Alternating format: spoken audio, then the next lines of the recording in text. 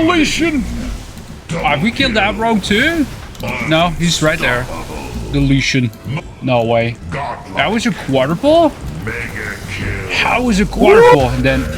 Ah! 5 kills, dude. Yo, what is up, you awesome people? Clunky here. Hopefully you guys are doing amazing. And today I will be showing you guys the rank 1 build, the very best build that you're going to be finding for Elemental Shaman in a patch 11.1 season 2 of the War Within. Okay, so this build, all the top rank 1 players in the whole world and solo queue RPG are playing this build. And I'm going to actually talk about the stats first.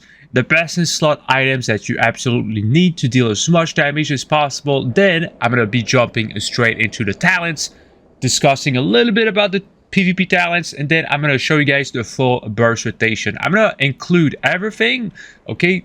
The copy, import, build code, and also the macros down in the description. So you guys can actually just copy and paste and start playing right away. And just one thing before we move on, please guys, make sure you hit the bell button, the subscribe, and the like button, okay? Otherwise, YouTube won't show you my next videos. And on top of that, you can actually support me by becoming a member and get early access on all of my new videos. You don't have to do it, but if you do it, thank you so much for doing that. I appreciate it. All right, let's jump straight into the stats, okay? So, as for your best stats as Elemental Shaman right now, you need about 20% versatility, okay? It is the sweet spot right now. My versatility is a bit low, but it is what it is, okay? So, as your mastery, you kind of need super high mastery, but I would say don't go above 33%, okay? My mastery is too high because at the start of the season I went balls into mastery, but then Blizzard kind of nerfed mastery. So yeah, I'm gonna be honest, don't go above 33% mastery. It is going to be the sweet spot for Elemental Shaman. And then haste, you want as much haste as possible, okay? If you can hit like 25%, that would be absolutely perfect.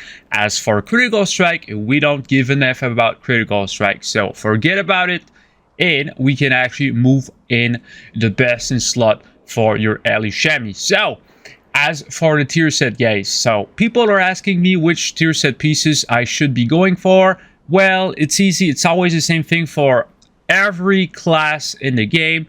The best trick I can actually give you is you can open your adventure guide right here, click on item sets, okay, and then you just check which piece of gear gives you the worst stats possible, okay? And for me, the worst stats possible would actually be the legs. The legs actually gives me critical strike, a bunch of critical strikes. So we put a big X on the legs. We're not gonna actually run with the tier set for the legs. Instead, we're gonna go for the helmet tier set, the shoulders tier set, the chest tier set, and the gloves tier set. So this is it. Those are literally the best in slot tier set pieces for Elemental Shaman in PvP right now. And as for your necklace, you want the haste and versatility one, Algari crafted necklace.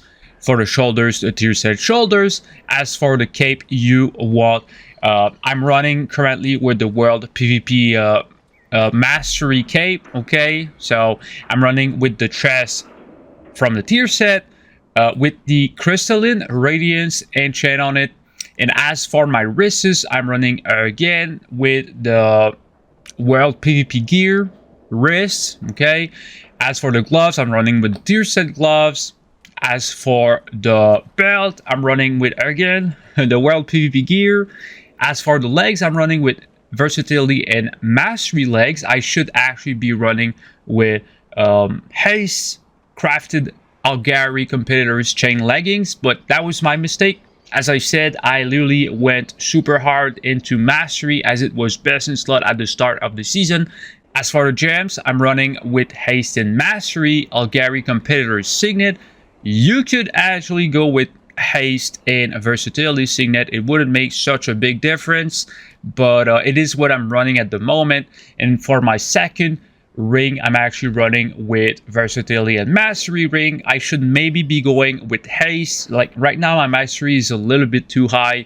I'm running with the trinket, the PvP trinket that procs automatically. Okay, this is the one you should be going right now. It is best in slot by far. As for my defensive trinket, I'm running with Prize Gladiator's Medallion. It is best in slot. You need to use the 1 minute unused trinket, not adaptation. Okay, adaptation, forget about it, it's garbage. As for the weapons, simple. When you actually cap 2.5k conquest, you get free tokens to get free weapons. So I literally went with the haste and versatility main weapon with the authority of radiant power enchant. Okay, and as for the shield, well, I literally went again with the free piece of conquest that I had, which gives versatility in mastery. All right, now that you guys know about the best in slot gear, the best in slot stats, let's move on the build. Okay, so just to make clear that you guys understand what we're talking about here is, have you noticed that we're running high haste for this build? Because there's a clear reason. We're actually playing with Ancient Fellowship, and we're playing with routine communication. Let's read the tooltip. Lightning Bolt, Lava Burst, Chain Lightning, Ice Fury, and Frost Shock have an 8% chance to call an Ancestor to your side for 6 seconds. Having high haste means you're going to get more casts off, so more chances of actually spawning a freaking Ancestor. That's literally it. And then we're running with this passive right here, which makes it so that Ancestors have a 20% chance to call another Ancestor for 6 seconds when they depart. So if we were playing a super heavy mastery build, we would be running with Latent Wisdom and Heed My Call. But since we're playing with a super high haste build, we're playing with Ancient Fellowship and routine communication. What else has changed? Well, we're playing with Aftershock. And hear me out, this is super important. Why? Because every time you use your Maelstrom by using Earthshock and Earthquake, okay, you have a chance to refund all of that Maelstrom. Why does it make a difference? Because we're actually playing with deeply rooted elements, and every time you spend that Maelstrom, you have a chance to actually proc your big Ascendance. And on top of that, we're playing with the 3-minute Ascendance, okay? But hear me out. When you proc your Ascendance, it gives you 20% more haste, and it lasts 30 seconds longer. So it only makes sense. You're generating much more Maelstrom because your haste is so much higher, and whenever you press Earthshock, you have a chance to proc Ascendance and automatically Flame Shock 6 targets and blast some lava bursts everywhere. So the whole goal of this build is going to be able to get as many instant casts off as possible within your burst window. I'm going to show you guys exactly how it's done. Don't worry about it. I'm a 2.9k player for Shami. Yeah, you're not going to find a better guide on the internet. Oh, and by the way, we're actually playing with Natural Harmony. Basically, it makes it that whenever you fall below 30% health, it heals you automatically for a bunch, and it makes you a little bit more tanky overall. And at the moment, this is by far way more meta than actually using Earthen Communion with your Earth Shield. So keep that in mind. We're not playing with Earth Shield with this build, so it frees you a free keybind to use, let's say, Capacitor Totem. That's literally what I'm doing right now. Capacitor Totem, the reason why we're running with it right now is the fact that nowadays, our burst as Shami is more healable. So you're gonna have to score a Capacitor Totem on top of your enemies to give yourself a chance to finish off your targets. We used to not need Capacitor Totem in the past because our burst was crazy, but nowadays our burst is a little bit weaker. But you're gonna see we're still slapping like 14 million DPS. I'm gonna show you guys in the full burst rotation. Okay, we're playing with Echo of the Elements because whenever you proc your tier set, which procs an ally randomly, well, it extends the duration of that ally, and it kind of deals a lot of damage, especially the one you summon whenever you use Stormkeeper, okay? Because we're playing with Fury of the Storms. Whenever you use Stormkeeper, it summons a powerful lightning ally to fight by your side for 10 seconds, and this passive right here extends the duration of it And then this part is pretty cool. We're playing Primal Elementalist, okay? So the reason why is because our tier set right now procs every 10 to 15 seconds. And when it does, it summons an ally, literally. And with this passive right here, it's going to boost the damage of that ally. But more importantly, it's going to boost the damage of your ally that you summon during your Stormkeeper. And you're going to see it kind of pumps a lot of damage. And then as for the left side of the tree, we're running with Windrush Totem, okay? And whenever you use it with this passive here, Jetstream, it literally removes all snares. So good in solo queue RPGs. Absolutely best in slot right now for Shami. Alright, so let's go over the best PvP talents super fast. If you're playing against melee heavy teams, guys, you're going to be picking Static Field Totem. And if you're playing against super caster heavy teams, you're going to be playing Grounding Totem, okay? So keep in mind, okay, we can actually move our totem around, and we're actually using Totemic Recall, so we can use it and then reuse another Static Field Totem. So this right here is insanely strong. Like, you can literally move the whole team around, like use your Flame Totem on top of them, root them. It is insanely freaking good. You need to be trying it out at least, because it's insanely OP. And then as for your second best in slot PvP talent, we're playing with Totem of Wrath right here. You will never remove that PvP talent. It is the best PvP talent right now for Ellie Shami. And then finally, the last one, you will be playing Shamanism like 90% of the time. The only time you're not going to be picking Shamanism is when none of your teammates have the option to use Bloodlust or Heroism. If none of your teammate has the option to use Bloodlust or Heroism, then you're not going to be playing with Shamanism. And then you could switch this talent around for Burrow, because Burrow is insanely freaking strong right now. Alright, let's jump straight into the full burst rotation, but don't forget to hit the bell button to not miss out on the next best builds videos that I will be releasing super often, okay? I've installed an add-on which shows the spells that I'm pressing in real time, so it's going to be insanely easy for you guys to follow along, so don't worry about it. Okay, burst rotation. What do we need to do? We need to actually spawn our allies, use our Stormkeeper, and apply our Flame Shocks with Liquid Magma Totem. And then when we're ready, we press every keys. Okay, let's do it right now. Alright. There we go. I'm going to actually use my Flame ally right here. Big Primordial Wave. 12 million DPS, dude.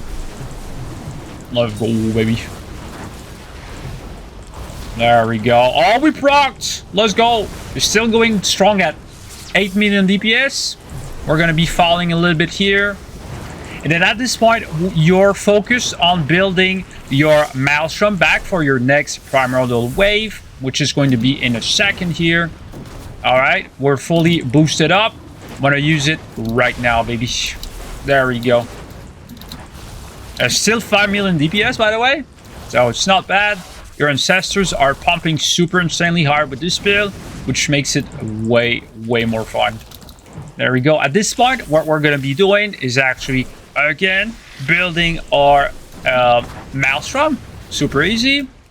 Because we're going to get our second charge of Heroism here in a second. And we're going to get our big Stormkeeper here also in a second. And then we got another burst right here. Earth Shock, Lightning Bolt, replay of Flame Shock, and then we're going to Lava Burst into up. There we go. Alright, and then at this point, your burst is pretty much over. But I don't know if you guys noticed, we were staying at like 7 million DPS for a very long time with this build. So it slaps insanely hard. Our Lava Burst is hitting for 2.3 million. Ancestors hitting for 600k. That's not bad. Flame Shock kind of dealing some decent damage. Also, Lightning Bolt hitting for 7 million critical hits, dude. 7 million critical hits. That's literally like 3/4 of someone's HP right now. Primordial Wave actually crits for 3 million. I think the highest hit I've seen in PvP was something like 2.9 million, 3 million. So yeah, Earth Shock hitting for 3 million. Chain Lightning from your Greater Ally.